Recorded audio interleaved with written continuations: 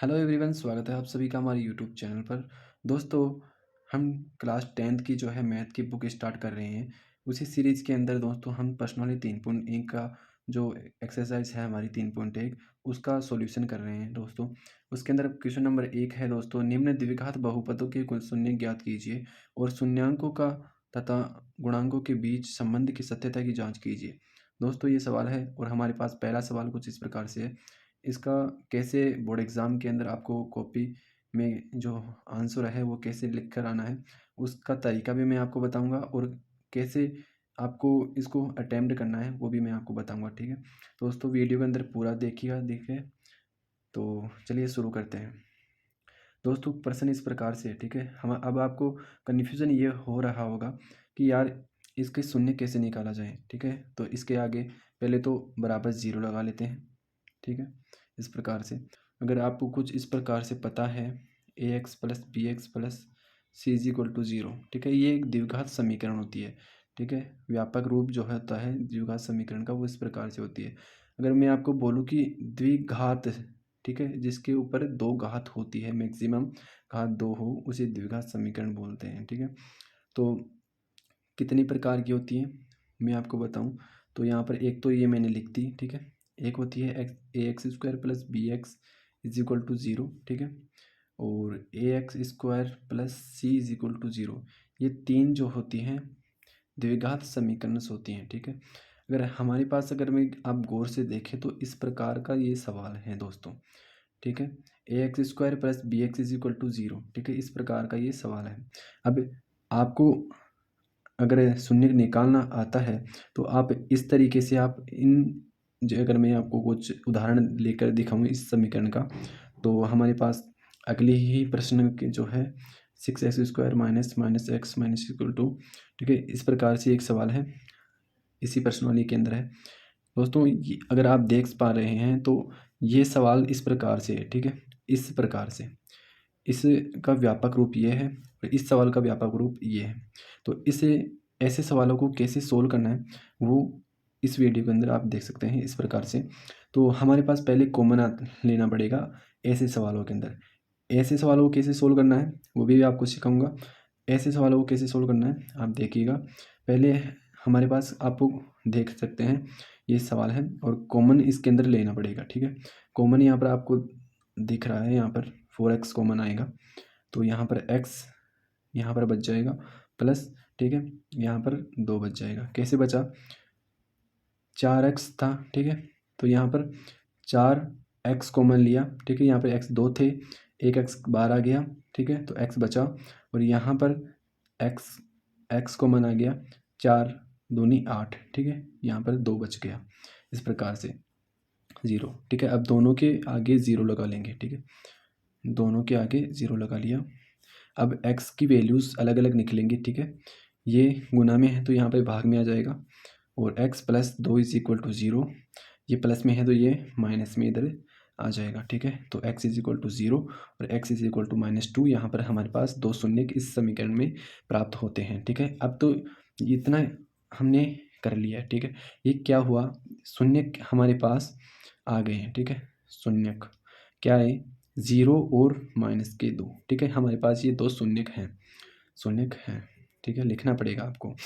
अब क्या करना है, हमें सत्यता की जांच करनी है। कैसे करनी है, हमारे पास सूत्र याद करना है, ठीक है। क्या होता है शून्य, शून्यंकों का योग, इसके लिए सूत्र आता है दोस्तों एक, -x का गुणांक बटे x² का गुणांक, ठीक है। ये सूत्र आपको याद करना है, ठीक है।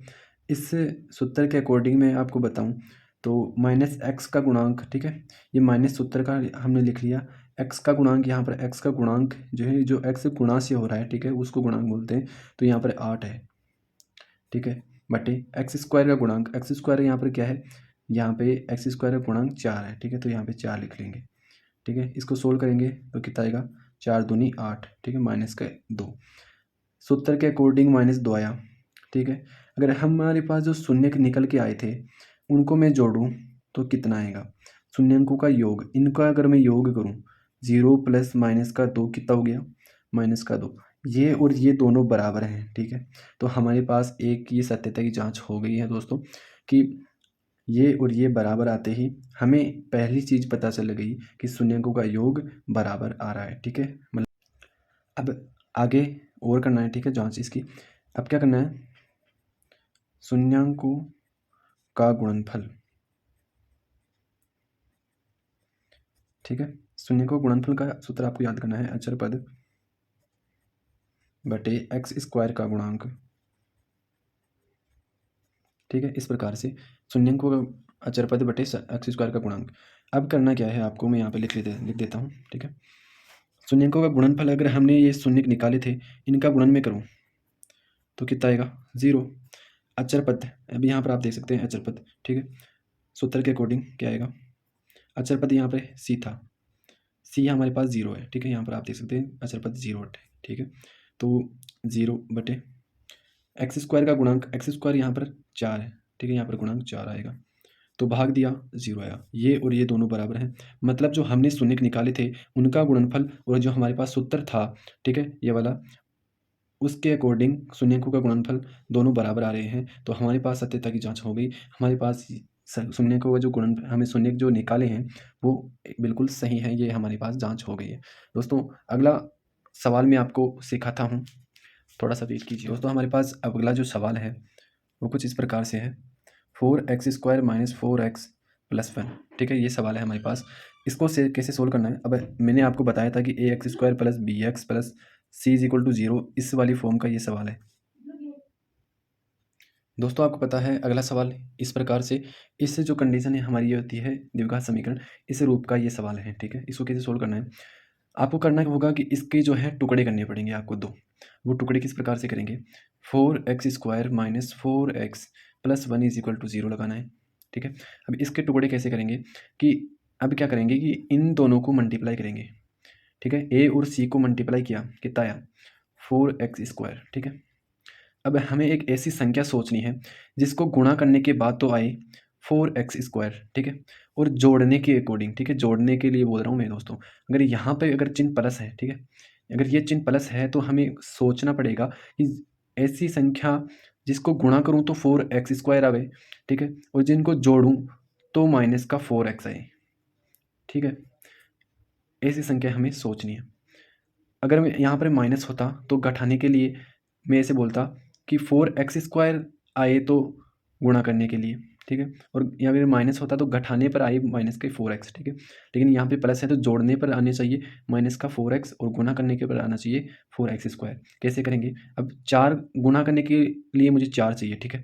4 कौन कौन से फाड़ों के अंदर आता है, 2 के अंदर, कितनी बार आता है, 2 के ऊपर, ठीक है। 4 4 के ऊपर एक बार आता है, ठीक है। आपको ये तो पता ही होगा, 2 दूनी 4 होता है, 4 एकम 4 होता है, ठीक है। 4 इन दोनों फाड़ों के अंदर आता है, 2 के अंदर और 4 के अंदर, ठीक है। अगर आपको पता चल गया कि 2 इंटू 2 करने पर हमें 4 प्राप्त होता है और 2 और 2 को जोड़ने पर भी हमें 4 प्राप्त होता है, ये आपको पता है। तो हमें इस प्रकार से सेट करना है इनको कि 4x² माइनस, ठीक है, 2x माइनस 2x प्लस 1, ठीक है। इन -4x जो है ये, इसको मैं इस प्रकार से तोड़ूंगा, माइनस के 2x और माइनस के 2x। अब इन दोनों को मैं मल्टीप्लाई करूँ, अगर आपको दिखाऊँ, माइनस के 2x, ठीक है, इन दोनों को मल्टीप्लाई करूँ तो माइनस इंटू माइनस प्लस हो जाएगा, 2 दूनी 4 हो जाएगा, x इंटू एक्स x² हो जाएगा, ठीक है। मल्टीप्लाई करने पर ये प्राप्त हो गया है, ठीक है। और जोड़ने पर माइनस के 2x प्लस माइनस के 2x, इन दोनों को जोड़ूंगा तो माइनस का 4x, 2x 4x, किन दोनों की, माइनस के 4x, ठीक है, ये आ रहा है, ठीक है। हमारे पास टुकड़े हो गए। अब क्या करेंगे, 2 2 के जोड़े पेयर सम बनाएंगे कि अब पेयर बनाने के बाद क्या करेंगे, कॉमन लेंगे, ठीक है। इस पेयर के अंदर कॉमन लेंगे, तो इन दोनों के अंदर कॉमन क्या आ रहा है, 2x, ठीक है। सोल्व करेंगे तो 2x यहाँ पर बच जाएगा, माइनस 1 यहाँ पर बच जाएगा, माइनस यहाँ पर इन दोनों में क्या कॉमन आ रहा है, कुछ भी नहीं, कुछ भी नहीं। जहाँ पर कोई भी संख्या कॉमन नहीं आती है वहाँ पर एक कॉमन आता है, ठीक है। तो यहाँ पर माइनस का एक कॉमन आ गया, तो 2x माइनस 1। अब हमारे पास ये दोनों अगर समान आते हैं तो हमें ये पता चल जाता है कि हमने जो टुकड़े किए वो सही है, ठीक है। तो अब ये दोनों भी समान है तो इन दोनों के अंदर इसको भी कॉमन ले लेंगे, इस पूरे कोष्टक को, ठीक है। बचा यहाँ पर 2x माइनस 1, ठीक है। इस प्रकार से हमारे पास सवाल सोल्व हुआ, ठीक है। इन दोनों की सभी के ऊपर बराबर में 0 चल रहा था, ये हमारा रफ कार्य है, ठीक है। अब क्या करेंगे, दोनों के आगे बराबर 0 लगाएंगे। 2x - 1 = 0। अब क्या करेंगे, 2x = 1, ये प्लस में इधर आ जाएगा, 2x = 1, ठीक है। x/1/2, x = 1/2, ठीक है। ये हमारे पास दो शून्यक निकल के आए, ठीक है। हमारे पास शून्यक क्या निकले, 1/2 और 1/2, ठीक है। अब पिछले सवालों की तरह क्या करेंगे, शून्यकों का योग, ठीक है। योग के लिए मैंने आपको बताया था -x का गुणांक अपॉन x² का गुणांक, ये सूत्र होता है। इसके अकॉर्डिंग क्या करेंगे, माइनस सूत्र का x का गुणांक यहाँ पर क्या है, ठीक है। यहाँ पर -4 है, ठीक है। इस बार ध्यान रखना, x का गुणांक -4 है, ठीक है। ये सूत्र का और ये -4x x का गुणांक, ठीक है, लिखा। x² का यहाँ पर 4 है, ठीक है। माइनस माइनस प्लस हो जाएगा, +4x/4, ठीक है। सॉरी, यहाँ पर मैंने 4x लिख लिया, गुणांक तो यहाँ पे 4 ही तो था, ठीक है। 4 है, 4 से 4 कट गया, एक यहाँ पर हमारा आंसर आया। अगर मैं इन दोनों को जोड़ूँ, ठीक है, हमारे पास जो शून्यक थे, ठीक है, उन दोनों को जोड़ूँ मैं, हमारे पास जो शून्यक है इनको अगर मैं जोड़ूँ 1/2, ठीक है, तो एक ही आएगा, आधा आधा एक, ठीक है। शून्यकों का योग सूत्र के अकॉर्डिंग एक आ रहा है, हमने जो निकाला था उनका योग भी एक आ रहा है, तो हमारे पास सत्यता की जांच हो गई है दोस्तों कि हमारे शून्यक जो है हमने जो निकाले वो बिल्कुल सही है। अब एक और जांच करनी है हमें, शून्यकों का गुणनफल, ठीक है, ये हमें जांच करनी है। इसका सूत्र होता है अचर पद, जब आप सवाल करेंगे तो अपने आप याद हो जाएगा ये, ठीक है। शून्यकों का गुणनफल, ठीक है, इस प्रकार से शून्यकों का गुणनफल किया। अचर पद क्या था यहाँ पर, एक, ये दिख रहा है आपको, अचर पद एक है। अपन x² का गुणांक यहाँ पर 4 है, ठीक है। ये हमारे पास उत्तर के अकॉर्डिंग आया। अब हमने शून्यकों का गुणनफल सूत्र के अकॉर्डिंग 1/4 निकाला। अगर हमारे पास जो शून्यक आए थे उनका मैं गुणनफल करूँ, मल्टीप्लाई करूँ तो क्या आएगा, 1/4 ही तो आएगा, ठीक है। आप गुणा कर लीजिए, 2 दूनी 4, 1/1, ठीक है। ये दोनों बराबर हैं, तो हमारे पास जो शून्यक निकल के आए वो बिल्कुल सही है, हम लिख देंगे यहाँ पर, अतः शून्यकों की जांच सत्य है, ठीक है। इस प्रकार ये सवाल जो मैं अब लेने वाला हूँ दोस्तों, वो अक्सर एग्जाम्स के अंदर पूछा जाता है और बहुत ही इंपॉर्टेंट सवाल होता है ये, ठीक है।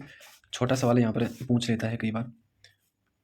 यह आपकी एग्जाम कॉपी के अंदर जो किताब है दोस्तों, उसके अंदर चौथा सवाल है, ठीक है।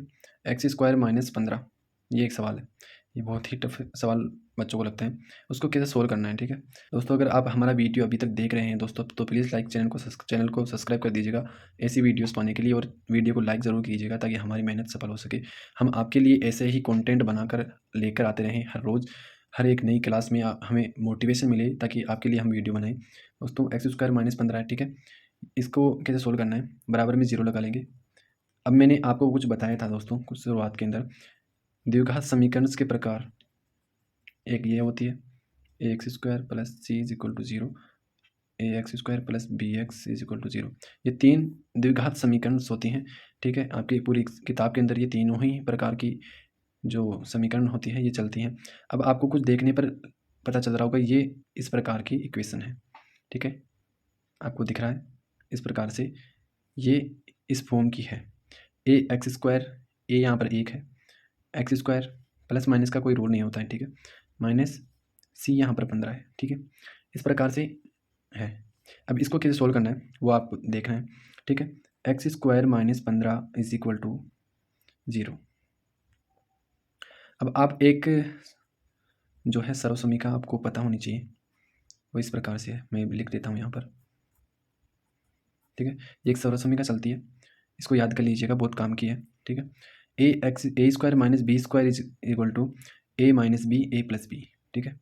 हमारे पास जो सवाल है इस रूप में आपको दिया हुआ है, आपको ध्यान से देखना पड़ेगा, ठीक है, इस रूप में, और हमें इस प्रकार इसको लिखना पड़ेगा। कैसे लिखेंगे, a² की जगह हमारे पास x² है, तो हम अगर देखें तो a की जगह पर x है, ठीक, b की जगह पर यहाँ पे 15 है। अब आपको ध्यान से देखना पड़ेगा कि b² है लेकिन यहाँ पर 15 का स्क्वायर नहीं है, ठीक है। तो आप क्या करेंगे, इसके अंडर रूट लगा देंगे, ठीक है, ताकि मैं सर्वसमीका अप्लाई करूँ तो इस पर कोई इफेक्ट नहीं पड़ना चाहिए, ठीक है। कैसे मैं बताता हूँ, a² - बी स्क्वायर के रूप में मुझे इन दोनों को फिट करना है।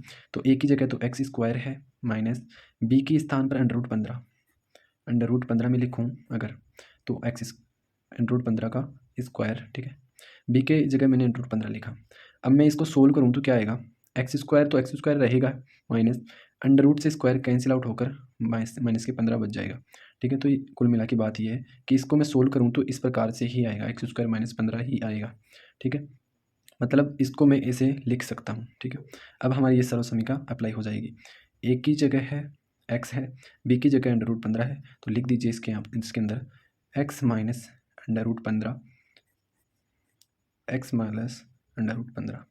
ठीक है। इस प्रकार से ए के स्थान पर मैंने एक्स लिखा, बी के स्थान पर अंडर रूट 15 लिखा। कैसे लिखा मैंने आपको बता दिया है, ठीक है। यहाँ पर बी के स्थान पर अंडर रूट 15 मैंने लिखा है क्योंकि अगर मैं इसका स्क्वायर करूँगा तो वापस से मुझे 15 ही आना चाहिए, ठीक है। 15 कैसे आएगा कि हमारे पास, मैं आपको बता देता हूँ, अंडर रूट जो होता है उसका मान होता है 1/2 पावर, ठीक है।